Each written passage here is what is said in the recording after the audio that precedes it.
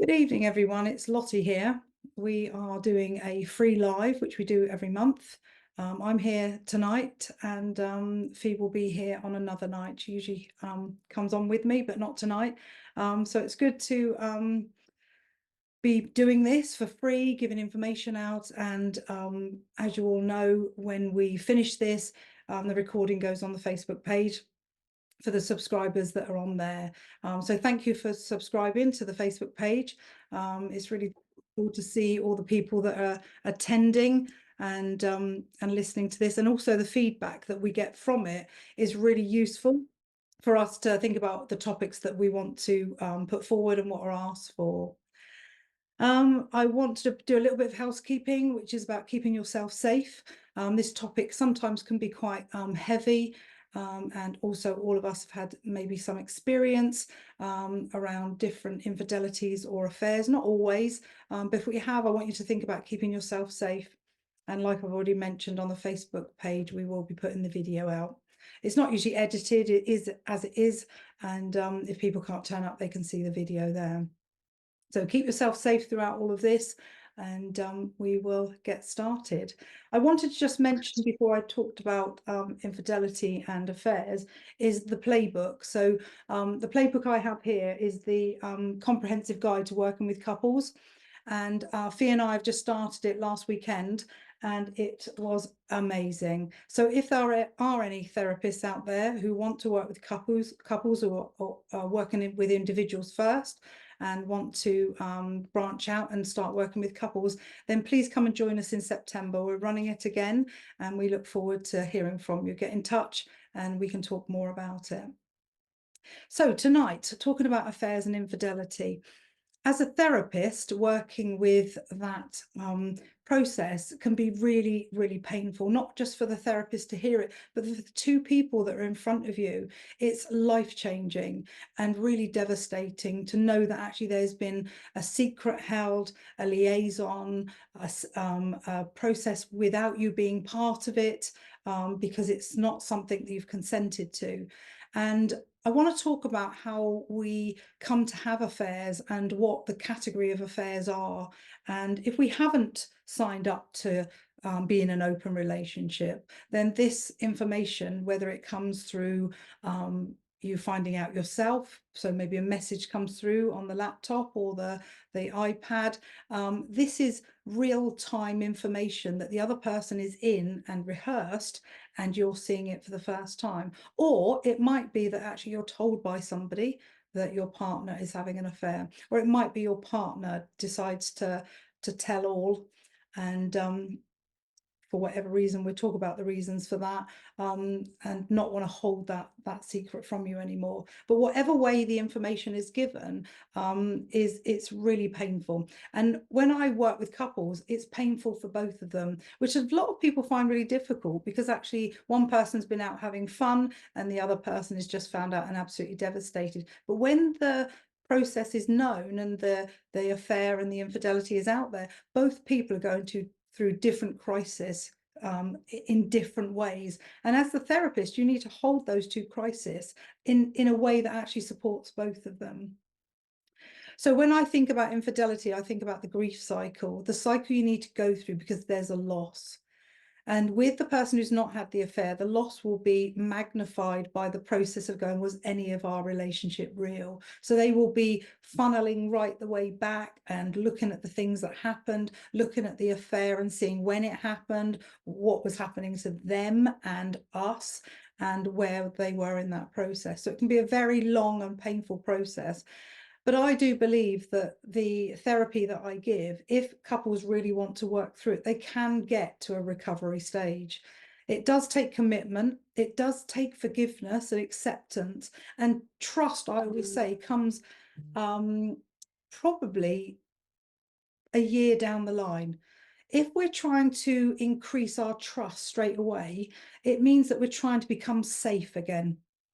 And that's too soon, because it's fake, it's not real. So there's a process of us going through accepting that this is part of that relationship now, and then trying to think about how I can forgive myself and my spouse. So there'd be things within the past for you both to go back probably 5-6 years and think about the things that you were happening for both of you then, and then bring it right to where you are now. And that's what the therapy can do.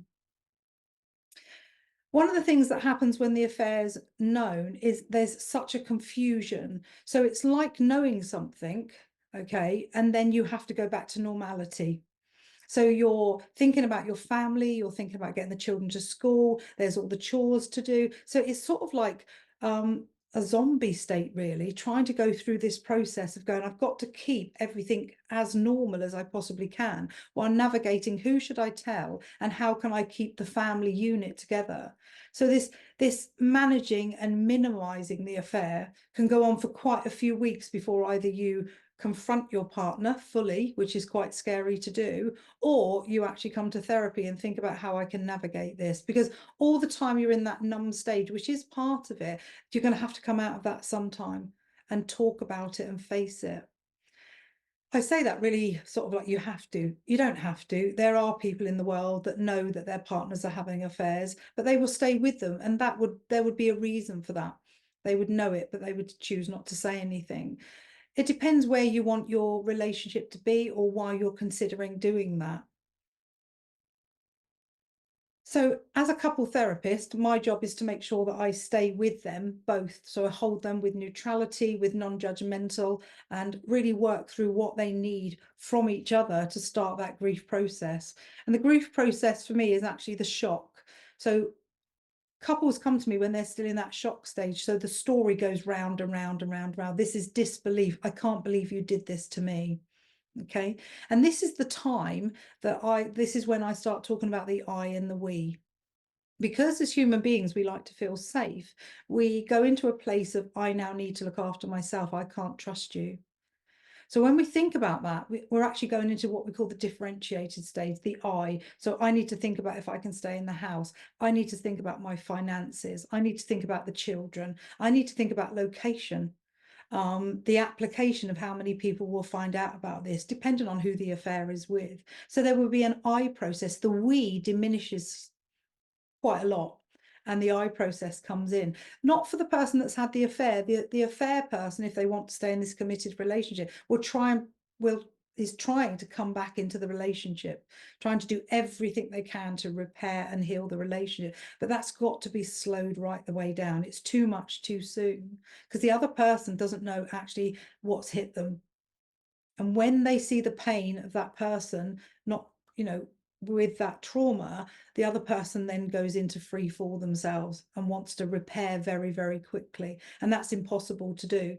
We need to go through a process to be able to come back to where we can hear, less anxiety, allowing for healing and repair to go in. So if one person's doing the repair and the other one's not letting then it's pointless. So we've got to find a space where they can both start to hear each other. And that takes quite a long time in therapy, because the story will be going over and over again. And when you think about an affair, there will be a story, but the person who's not had the affair will be thinking about, what else was there? What else have I missed? How stupid do I feel that I didn't realize this was going on? There's got to be more to it. And when we come to sort of that process of going, this is the story, we can then start to do some repair. Because the person who's not had the affair becomes a wonderful, amazing detective. But what they're doing is ruminating and making themselves very, very ill. They don't eat, they don't sleep. If they sleep, they wake up traumatized, waking their partner up and really shaking them and say, why did you do this to me? So it's a continuous process.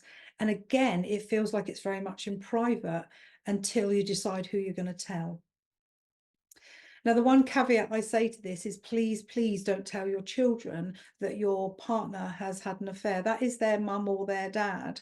And I don't want them to be put in that position where they've got to think terrible things about the other person. This is an adult process. We don't need to give it to our children. But we do need to think about what support we can get. Holding the secret so tightly between both of you can feel like it's going to burst. So we need to think about, together or separately, but together is much better, because there might be somebody that the other person says, I don't want you to tell them. I don't think we can trust them enough. Don't forget, when you tell somebody else, there might be a bias. That might be in their past, and then they wouldn't speak to that other person again. So you're trying to repair while they're saying, actually, get rid, don't bother. So we've got to really think about where we can find that support. So I call it out in the arena. You tell loads of people out in the arena, and we do because we're actually hurting. We want people to know how much we're hurting. But if you do that, you end up alienating the other person when you try to get back with them. People won't bother with them. And again, what family members would you tell, and how would you tell them? Your children do know something's happening, but you wouldn't tell them the adult process of it. You'd just say, Mummy and Daddy are having really difficult times at the moment, and we're working through it.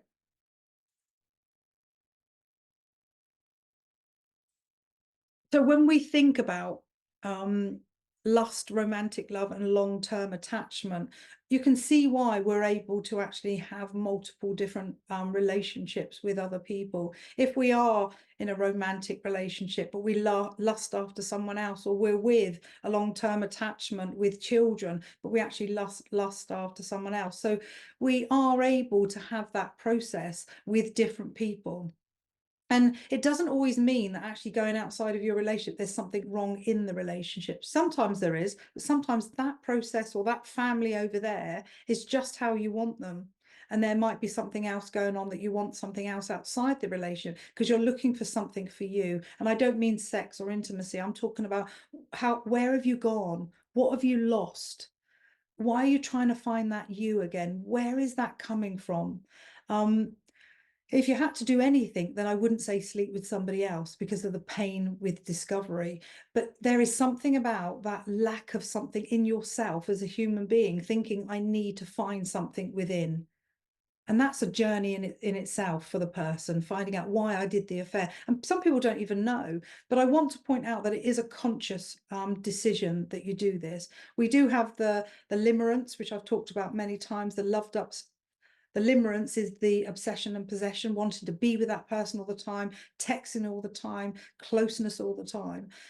But it isn't love in the very beginning, but it's that obsession. So we need to really think about sort of where we are with that, because it is something that you're choosing to do. I also want to talk about the cup of tea syndrome and how easy it is to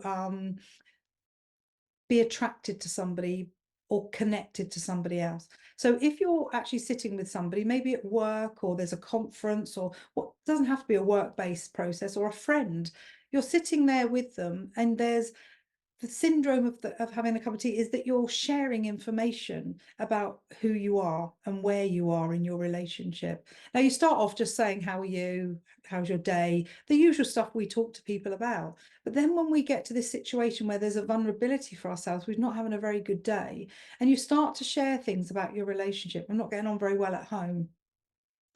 Now, part of that is a connection to the other person, because the other person would say, me neither, I'm really struggling at home.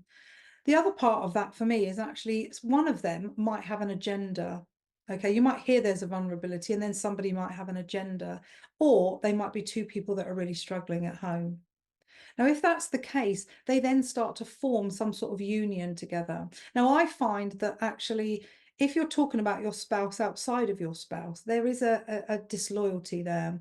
We want to actually encourage partners to actually not talk about each other outside of the relationship, because it fractures it, even though the other person doesn't know you've said it. And then I want us to look at actually how we form that cup of tea syndrome process, because the next time you meet this person, so say you're at the end of the day, you're working, you're a bit sweaty, you know, you need to go home, it's shower time, but you end up having a cup of tea with this person, you're not really bothered what you look like, you're not bothered about really what you're saying, it's just sort of free flow, and this is quite nice, winding down for the end of the day. But next time you meet up, there will be a slight difference. There might be some perfume, there might be some aftershave, there might be a little bit of dress code going on. This is the start of two people starting to merge. They're starting to connect with each other on a basis of, actually, it's really weird how we get on. I can't believe we're so connected. Now, at that moment in time, they've not crossed any boundaries. Okay, they're just talking to each other. The boundary they might have crossed is sharing too much of their private information, but they haven't crossed any physical boundary. But once that physical boundary has been crossed, then how do we come back from that? And we don't then go home and say, I've been speaking to Rosie all day. We've had cups of tea, which is what we would do if we were okay with that situation. Now we're in a situation where it's gone further and we don't say anything at all.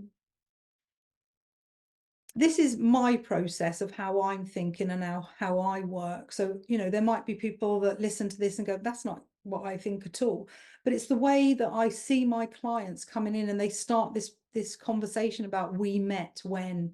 And it's just this cup of tea syndrome is really a strong connection with two people that probably didn't have that much connection before, just noticed each other. So when we talk about that cup of tea syndrome, what we're doing is we're entering the danger zone. So we have emotional intimacy, sexual chemistry, and then secrecy, which sets us up to actually then go home and have this fantasy, this arousal circuit going off about this other person, the potential of it, the intensity of it, which we're not sharing when we get home.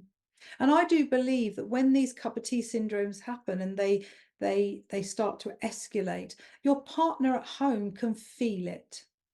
Something happens, something different happens, maybe more looking at your phone, turning your phone upside down, taking your phone to the toilet, less communication. There is something within the relationship that they feel that's missing. And they might say to the partner, are you okay?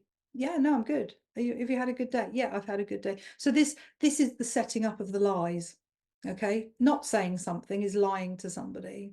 So we need to really think about how we're managing ourselves whilst we're in that process of going towards something that we've decided to do. But as children, we know right from wrong from the very beginning, so we know that it's something that we're going into that's going to cause real distress. But our process in our head is the powerful feelings that we have to go towards outweigh anything else. And in our mind, we're thinking, well, who will find out? We will go to places that no one will know, or we'll meet at work where we see each other anyway. So the effects of an affair. So I've said briefly, it's decreased attention for the spouse. And even though it's very subtle, it's very noticeable. We don't think it is, but it is. We avoid the partnership. Okay, so the person who's actually having the liaisons outside will start to avoid the partnership because they don't want to deal with why they're doing this. So there will be a disconnection in some way with the partnership. That might be just communication. They're not speaking as much, or their life has got really busy, or the children are demanding, or the job's demanding. But there will be something when we go back and go, when did you start losing connection with each other? Sexual encounters with the partner will decrease. So if you're having sex somewhere else, you might not be coming home and having sex with your partner. That will definitely be noticed. And it's hard to stay connected to somebody else when you're actually connected to somebody else. And I'm not generalizing. This will be, some people will be able to do this and come home and do that. That's how they can work. But there will be some people that will find it very difficult to separate the two. And this will be noticed by the other person. And don't forget, we're scared to say, are you having an affair? Or I noticed that you're not bothering with me and the family anymore, or you're choosing not to come out with us when we go for a dog walk or go to the park with the children. It will be noticed, but what we're saying is, I'm noticing you're not coming out with us. We're not saying, I'm really fearful that I think something's going on that I don't know about. Because once you've said that, you might end up knowing about it. And if you really feel that intuition part of you that something is going on and your partner says no and you don't believe them, you now know that there might be some lies going on. So it's like that, sort of like on top of each other, doing this all the time, building that pyramid of deceit and trauma that ends up being in the therapy room. Because what we're seeing is actually this is being played out in the therapy room like it was in real time for the person that's not had the affair. And the person who has had the affair is really struggling when they see that face of that partner and the hurt that they've caused. It's devastating because in their mind, they didn't think it would be found out. Now, the caveat to that is some people will go and have an affair for it to be found out. They've talked in their relationship about, I'm neglected, I don't feel loved, I'm really lonely. And there will be the other person who's thinking that everything's going on okay, sort of hearing, maybe doing for 2 weeks this little bit of attention, but it's not enough. So what we're looking for is, I want you to know that I'm having an affair. I want there to be change for us. And it's not because I've done that because that's what I wanted to do. It's because I want you to notice that actually I'm not connected to you. And this can be quite common. People sometimes are really relieved. They go, thank God it's out. I feel so much better now. I think we could rebuild. And the other person's hearing it for the first time and going, I'm not even sure I want to be with you anymore. So that's devastating to this person. They feel lighter. They feel like they can hold their space again. They go, oh, I can breathe. I haven't got to be lying or secret. I can just stop for a while. And the other person's in complete and utter chaos. So sometimes I want to say to the person that's had the affair is, can you just sit in their shoes for a minute? Hearing it for the first time. And sometimes, were there things going on in the relationship that you felt, I'd like to have an affair, but I never did? So can you see how strong and painful and this curiousness of why this happened is so important to talk it through? Why did this happen to us? What was happening to us in the relationship? And what was happening to you as an I? And why, as an I, did I not connect with where you were or you connect with where I am? I'm so passionate about, I can really feel this as I'm talking about it. I'm passionate about helping people recover from infidelity and affairs, because when I say infidelity and affairs, it's not the same thing. Our infidelity sort of like leveler is, what would you find that would be not okay for you? A kiss for some people, it's over. Not doing that. Don't trust you anymore. Having sex for some people is, I'm over. So it's a big spectrum of where you find that infidelity. An affair is the affair. The infidelity is things that actually could be very minor things in somebody's mind. Oh, it don't matter that you did that. And other people will be absolutely devastated. The other part of the affair is that there is one person having fun, adventure, difference, experimenting, having that experiential process, being able to go, I don't ever want this to end. And the other person is this end going, actually, I know something's happening, but I don't know what it is. And I need to find out what it is. So that detective starts before they've even found out what it is. And there will be some people that have no idea at all. And the saying is, I can't believe that you've done this to me. And when people say that, I say to them, they haven't done it to you, they've done it to themselves. Because what part of my work is value systems. What is your value system? What do you value? So integrity, honesty, trustworthiness, loyalty. If they are your chosen values, you've just stepped on the train and got off on a platform that didn't belong to you. You've chosen that platform. So we need to really think about how we are looking at the value system now. It's not your integrity that's gone. You're in the confused stage of probably saying, why me? How could you do this to me? That side of it. But we have to give the responsibility back to the person who's done it, because if we don't, we end up vilifying ourselves, and we weren't even there. We were not the ones that chose to do this. What I'm looking at is the relationship.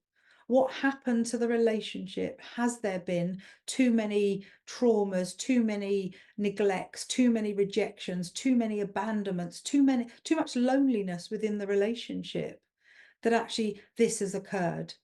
And that's what we've got to do. So if somebody's been married 20 years, I look 10 years back. If somebody's been married 10 years, I look 5 years back, because the erosion of a relationship doesn't happen overnight. There will be something, a catalyst of something that would have happened. Okay, so how do we work with couples? How do we work with them when they come to see us? I'm talking to the therapist now. If you had a couple come to see you, how would we start to work with that couple?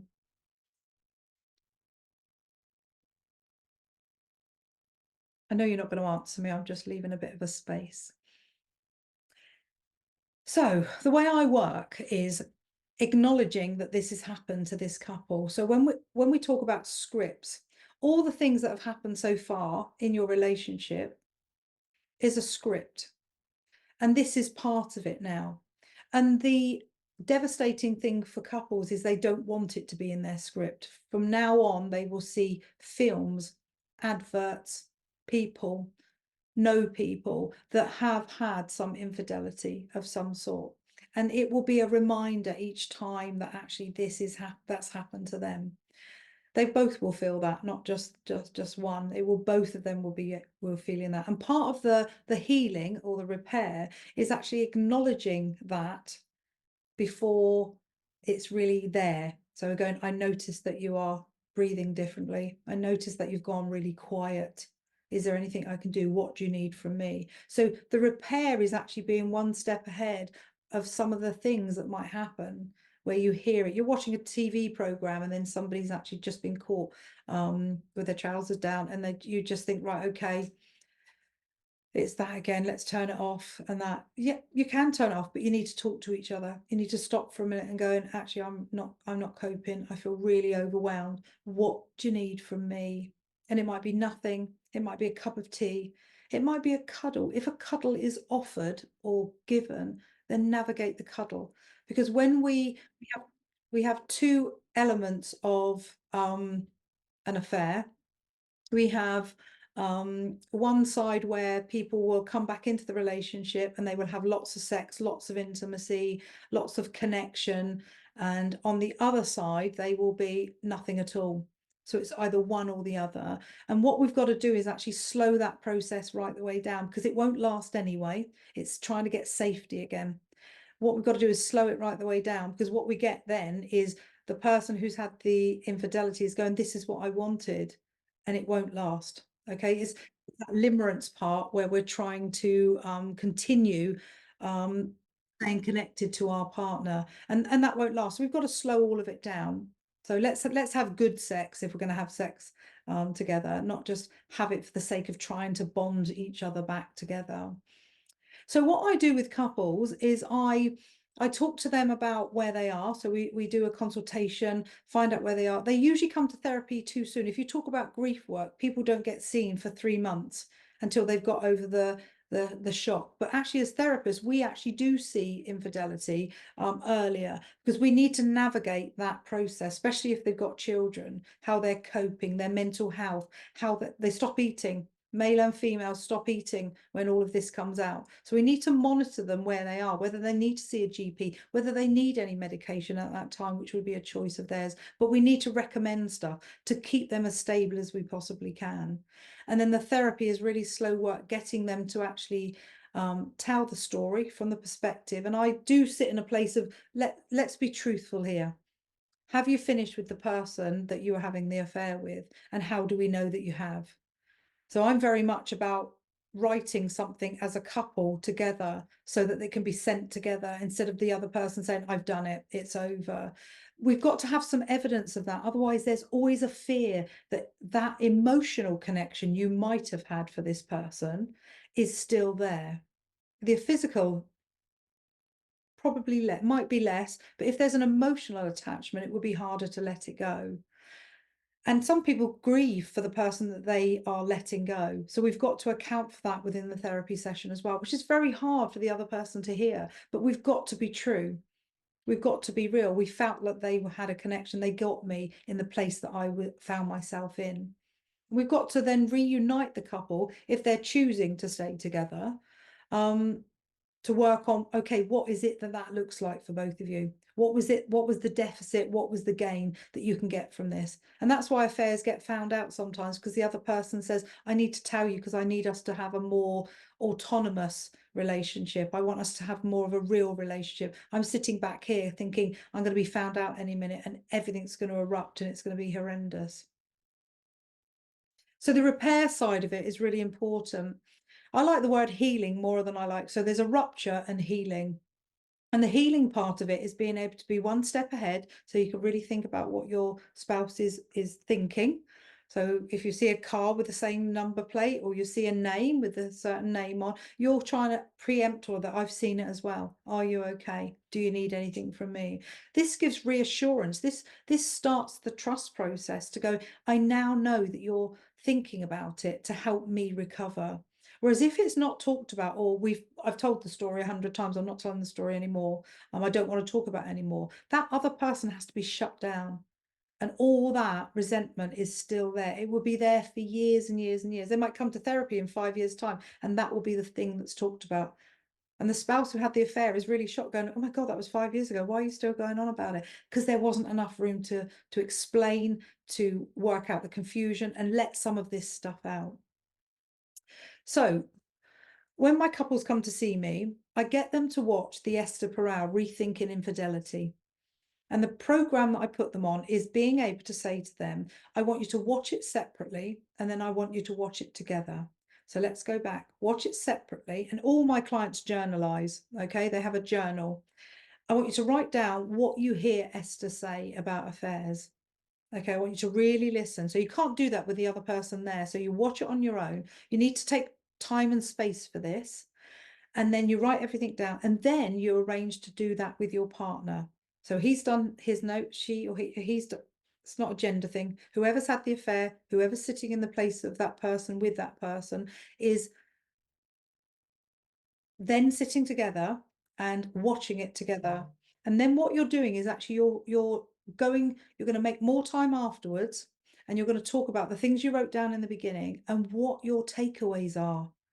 Okay, so you're not having a discussion about the affair, you're having a discussion about what you heard about how affairs happen and why they happen. So you're doing a learning process. And even though that sounds terrible, it's almost like I'm emotional about this, I'm not going to be able to. The more we come out of the detective and the emotional side, so we need to regulate ourselves to really work through this. We need to then talk about how we're going to what did you put about what you saw, what you thought, and loads of stuff. Honestly, loads of stuff comes up from this when they come back to therapy. This could be 2 or 3 sessions in, going, I want to talk about how I felt when I heard what Esther was saying. I want to talk about what that meant to me when I heard it. She talks about knives, sort of like it's like knives going in you, and that's how that person would feel. And the other person will say that, it wasn't when I was having the affair, obviously, it was when I saw you so hurt that's when that happened to me. So we're talking about similar emotions, but different ways of showing that emotion. Then I get them to do the Esther Perel questions, and there's like 57 frames of questions in different categories, and I get them to do that with each other. So they choose 2 questions and one that what the other person offers up. So the spouse who's not been unfaithful asks 2 questions in each category, and the person who's had the affair will say, I'll offer up this question. He or she might offer up more questions, and that's repair, that's the healing, that you're prepared to speak to me about it. You're not shutting me down. There might be more questions. As the time goes on, we need to stop enabling that person to ruminate and ask the same question. So we need to figure out how we can say to the person, you've asked me that question and the answer was this. And it sounds quite harsh, but I say to them, I'm not answering that question again because you know that question. And I sometimes get them to journalize that. Journalize the question you've asked and go back to your journal. I've asked that question. Is there anything else on that question? Is a different question. But actually, you've asked that question because rumination is fear. And the fear that exists within this goes nowhere because it keeps coming back to the same place. What we've got to find is that place of calm and peace and go, I know that question. I believe that question. I trust you on that question.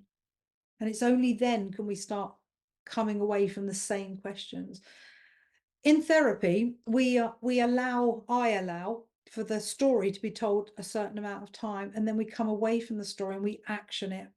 So we're planning the story all the time. What the plans are in the story. If we keep doing the story, we will never move from it.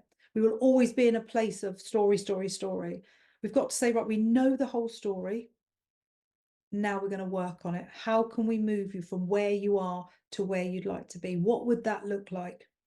And we start to look at that. What would that look like? Calmer, more peaceful, more trusting. So this is all stuff that will probably take about a year. Not that they stay in therapy for a year. You can do a certain amount of work and you let them go, process some stuff, and then they come back. But for couples who are sitting in this place at the moment, it's such devastation. Your whole process of who you thought you were as a couple is so difficult to actually sit in. It's such a painful place to sit in. And what my job is, and other therapies, is to have a program orientated way of working, to go, this is what we're going to do this week, and that's how we're going to do it. Then you're going to answer the questions. I don't do them all at the same time. I give them a chance to answer the questions, then they come back. In therapy, we don't go through all of the 54 questions. I ask, what was it like to ask those certain questions? What was going on for you? Did you get what you needed from that person? Okay. I want to read out to you how many categories of affairs there are. And sometimes we forget, we think there's just one category and it's the affair, that's what it is. But when we talked about earlier about saying what would constitute an infidelity, we need to look at actually what that is for us. So our moral code. And I think that we need to start talking to our partners about how it feels if you flirt, how it feels if I see. We need to actually have, it's not a contract as such, but we go into these relationships. We don't say we're exclusive. That word is not really used in the beginning. It's only when something happens they say, I thought we were exclusive. So I do contracts for people who want open relationships a lot, and that's their choosing. If you've not said that you're in an open relationship, you're not in an open relationship.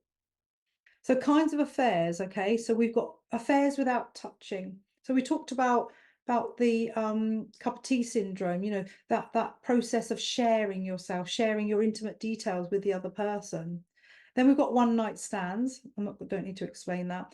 Opportunistic sex. So somebody that actually has an opportunity to have sex and will. Then we've got short affairs or a fling. Then we've got serial affairs, so one after the other. We've got romantic love affairs. Now they can be entwined with that emotional connection. So that's why when we're talking to couples, we need to find out what sort of an affair it is. Because if there's an emotional connection, in my experience as a therapist, if there's an emotional connection, I sometimes was starting the work and that third person is still in the picture.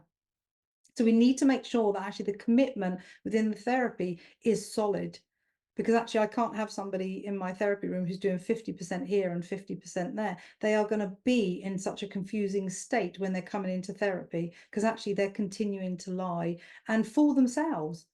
And what we're trying to do is actually let's find the authentic you. Let's find where you are. So I don't want to do 6 months of therapy either and find out that that's still going on. So the really hard question is, have you finished the affair? Is that completed? Are you completely away from it? How have you done that? And these are not easy questions to ask as a therapist, and they're not easy questions to answer, because if there isn't a romantic style there, it will be quite hard to give up that person. There will be a grief. Long-term affairs, something that's gone on, you've got your family over here and then you've got another family over here. So that's something that goes on. And some people don't find out about them until somebody dies, and then two families turn up. So that can be quite devastating. And also family affairs. So I'm not going to go into that either, but it's obvious, people not honouring if your son had a girlfriend or your mother had a boyfriend, this sort of stuff. So there's lots of categories of affairs, and I still say all of these connections start with the cup of tea syndrome, being really casual, connecting, that sort of thing. So we really need to be careful about what information we're giving out to other people about our relationship. And if they have an agenda, they maybe have seen you before, they've liked you before, maybe this is the first time and they feel that you really understand them. And that would be an opportunity for them to say, right, okay, I'm going to pursue this person. So the journalising, going back to that a minute, I wanted to talk to you about how important that is to understand where you are in the very beginning, to actually be able to look back and be able to see how far you've come. So I talk about what are the feelings when the disclosure was made for both of you? Okay, because some of this stuff is really poignant when you actually go back to it, so you can actually have a process of going how far we've come. Journaling is so important. Writing notes in a therapy session is so important, because if we don't, we lose track of where we are. Just taking the playbook for just a second, the playbook that we did last weekend, we actually wrote on the board everything that everybody had heard that day. They wrote on their board what they thought they'd heard and taken in.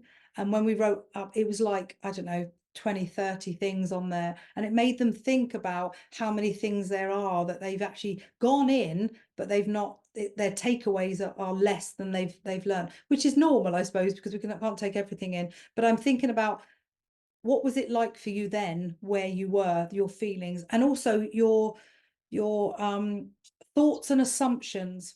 Okay, I want both of them to be doing this. What was your thought at the time, and what assumptions are you making?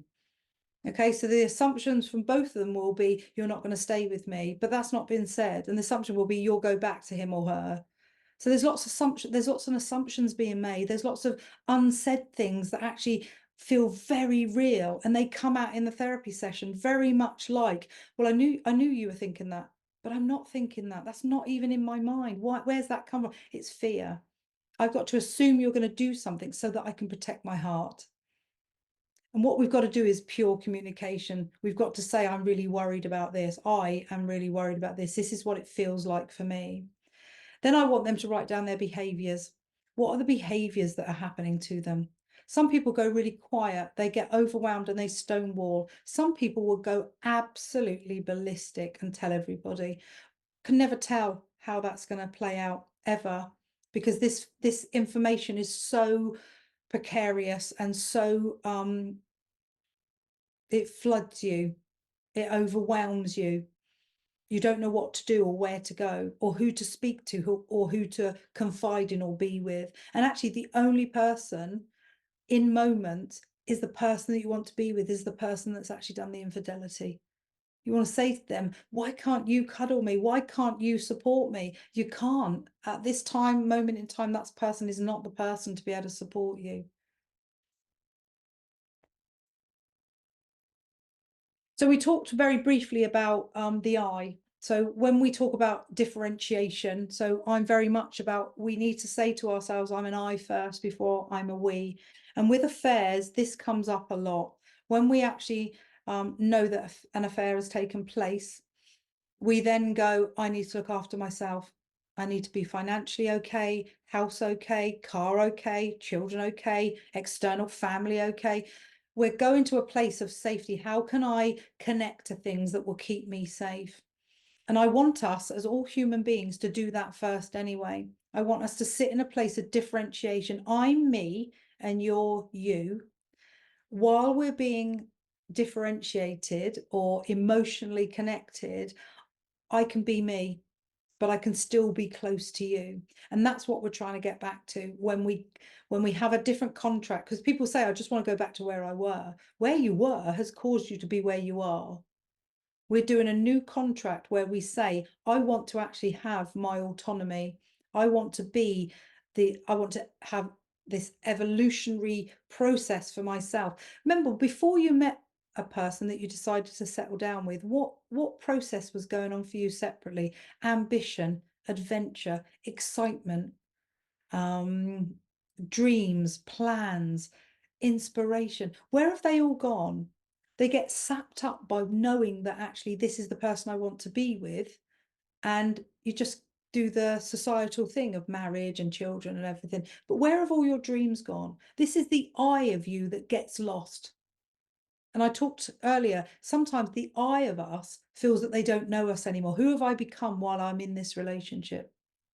And what we've got to think about is actually, it's not the person that's made you become that. What's happened to you as an individual and an individual whilst being together?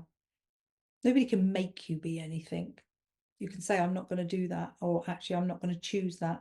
So something's ruptured along the way, not just last week, it's years ago that actually started to erode this relationship.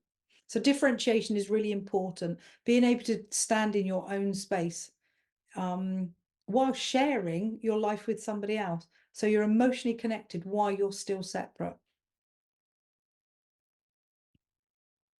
So the consequence of an affair is people come here and they say to me, he or she has had an affair, I'm done.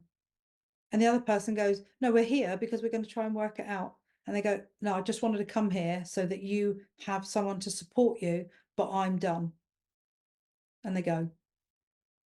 Okay, it doesn't happen that often, but when it happens, it's devastating. They've come because they've gone, I can't hold this person anymore.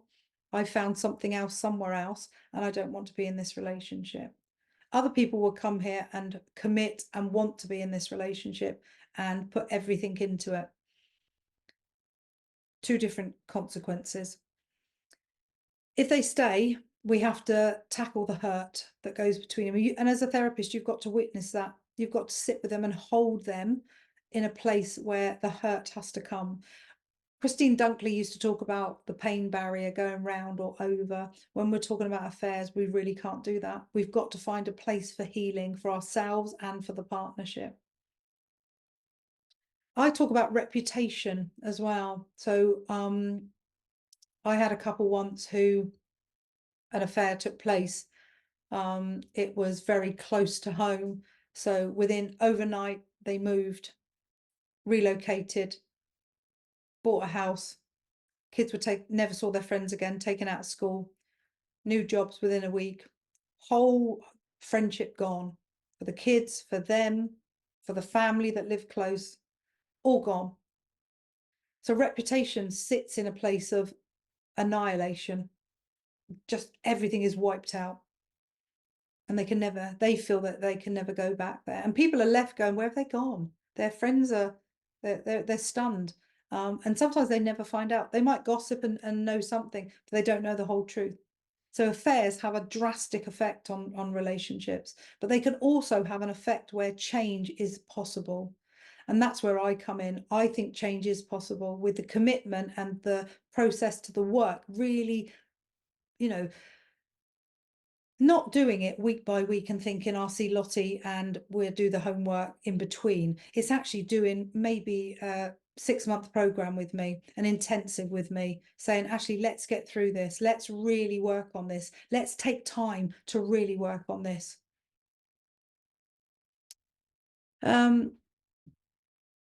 Seeing your family broken. I don't use that word broken very often. Okay, because I don't actually believe we're broken. We all have room for healing, but at that time there is a detachment in the whole house. The kids aren't knowing, they don't know what's really happening. They know something's happened. The two of you aren't okay with each other. You're not attending things that you normally will. Your friends are trying to find out what's going on. So there's a massive rupture there.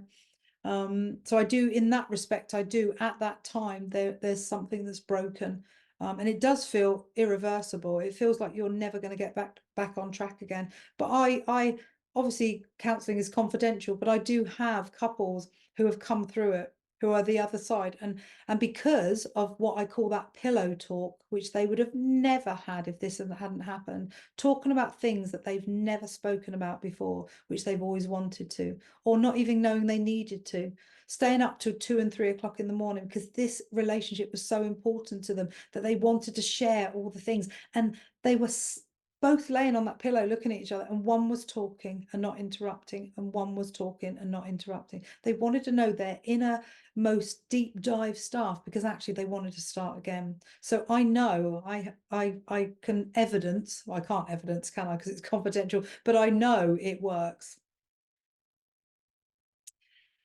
So how are we doing for time planning? That's gone really quick.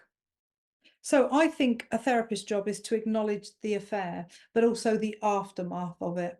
We're not going to come into therapy and hide. We've got to show ourselves. And one of the things I say is, I need the truth. This is the place for truth. Think about who you are, your integrity, your value system. Come in here and be able to say what's happened for you, because something's happened to both of them.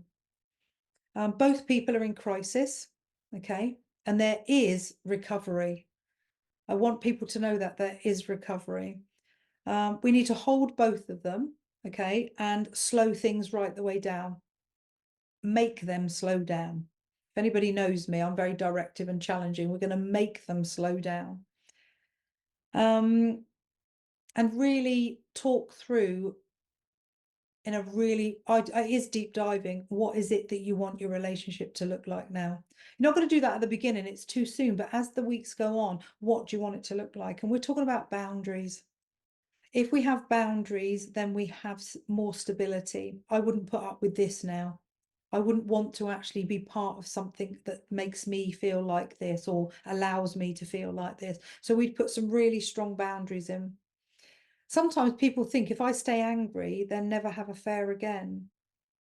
Why would you want to live that life? Why would you want to stay in that place of being angry for the rest of your life? And the person says, I don't feel like I can move. Every time I move, it's like, what are you doing? We can't live that life, but the boundaries will set where the parameters are, where we can be able to live a life of freedom and joy and whatever it might be that you're choosing. We've got to let go of the reins, because if somebody's going to do something, they're just going to do it. But the boundary says, if you do, it's not for me anymore. And that's the bit where I'm always talking about, if you're an I'll be upset if we don't last, but I will be okay.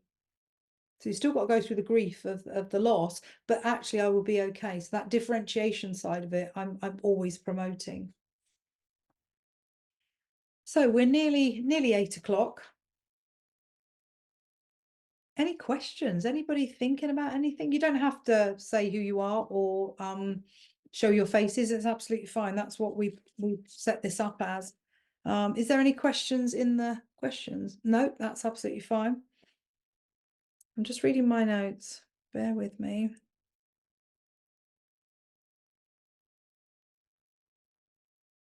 So if you do find yourself, so when this goes out, this is to clients and therapists, if you do find yourself in this space where this has happened, seek out help. It doesn't have to be with me. So a therapist that can really be robust and hold that process for you, but also somebody that would be able to take you on a path. Talking about this and having the story is great. But once you know the story, we need strategies to take us forward. Okay, otherwise we're just going to be stuck like a loop in this story forever. And we've got to tackle the anger that comes towards us. I don't mean us as therapists, I mean as in this way for both of them. So the anger has got to come out. Okay, and some people have sort of like anger where they go, we never argue, it never comes out. That will be stored for a later date. It always is. So we've got to make sure that actually when we're in the process of therapy, we need to say to them, how are you arguing? What does that look like? So we've got somebody that's actually unable to let go of the story and the other person is overwhelmed by the story, you're going to have no conversation. They will be flooded and walk away, and this person will be pursuing them as they walk away. So we've got to navigate a way of actually being able to get them to talk about this in segments. Okay, so if you come to therapy with me, it's an hour. If you go to other therapists, it's 50 minutes. When you do that at home, you need to say, right, we've got half an hour each. And the reason why I do that is because if we talk about something that's so painful, we will want to get our needs met. We want to say absolutely everything. If we've only got half an hour, we get rid of the fluff and we say, this is what I want. This is what I'm going to ask you. I want to know whether that's available to me. So we're not talking about the story anymore. When you did this and blame, blame, blame. What we're saying is, I am going to ask for what I need from you, and you need to say whether it's available. And if you say it is, you then carry it through. Because what we're building every single day, every single week, every month, every year is building up that trust again. I've got a lovely little sort of segment thing that I send to my clients about building that trust. I always say to them, you know, have a cup of tea, sit down together, hug each other, and start on these questions with each other. Do I give you the opportunity to say everything you want to say to feel safe in this relationship? That's the start of trust. Actually, that's the start of intimacy. So we're building up these questions and they take turns in saying them. And when they've said them, they then say, what did I get from that? What was the takeaway? What did I get from that? How did I react to that question? Did I react in a way that was quite defensive, or did I find that it was easy to answer? That will tell you where you're regulating or not. When I talk about the journals, you're going to be talking about unregulated when you first start. As you start on, you'll be talking about, I'm starting to get more regulated. When something comes towards me about the affair, I'm not on the back foot going, oh my God, what's going to be said? You're going to go, okay, I can hear that. Let me just think for a minute, because I want to answer you well, not just give you a random answer because I'm being defensive. And then that's when the trust starts to build. Any questions at all? Anything coming up for anybody? This is such a big subject. It really is. When you talk about infidelity, we can talk about it in many ways, about the triggers, why we do it, how we do it, why things go on for so long, how we stop affairs and then start affairs again, why we have multiple affairs, what's going on, but we don't want to disrupt the family that we're in. We want that family to stay solid, but we have lots of affairs outside of it. So it's working out why that's happening. And a lot of the stuff we do is family of origin. We look at that, going back, how you felt as a child. But we're talking about an adult process here at the moment, talking about that conscious knowing that you're doing something that will have an effect on other people. Okay, good. I'm going to briefly talk about the from the playbook, which anybody's interested, please get on September wait list. And the playbook for people who've just arrived is a comprehensive guide to working with couples. So if you want to come and work with couples, if you're seeing individuals, but you think to yourself, I want something more, which is fine, then speak to us about the September playbook that's coming up. So we've started a membership. Fee and I have started a membership that we are advertising and wondering whether you want to be part of it. And what it's going to give you as a therapist is going to give you 1.5, 3 hours a month of drop-in supervision. We're going to do training and we're going to have guests to come on there. So if you want any more information about that, then please let us know. And also we've got a reduced price till the end of the month. If you're interested. But yeah, it's exciting to be able to do all these things. I really love doing the lives and giving this information out. If it just touches one person to say, actually, I'm going to get help, or actually, I'm going to talk to my partner because I'm really fearful something's happening, or you're in the place of actually having an affair and you're feeling overwhelmed and wondering how you got there or why you did this, or actually, you know why you did it, and actually, you're thinking about what your relationship is like at home. It's lots of strands to different things. Humans are complex. We want our needs to be met. When we meet someone, we're hoping that they will fulfill those needs or heal those wounds. And actually, they're not the people to do it. We've got to do the work ourselves and look after ourselves. Okay, I don't think I've got anything else that I need to add to that. I hope it's been helpful. I hope you've looked after yourself while I've been talking about this, because it can be quite triggering to be talking about affairs.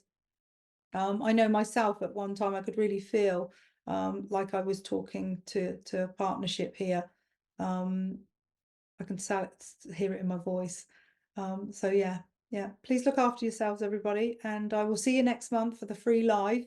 And if you want to send in anything you want me to talk about, we get recommendations or things that people come and go, I want you to talk about this or that. We're always up for talking about things and learning. And yeah, I'll see you next time. Thank you so much. Is there any? Oh, I've got a question. Oh, that's okay.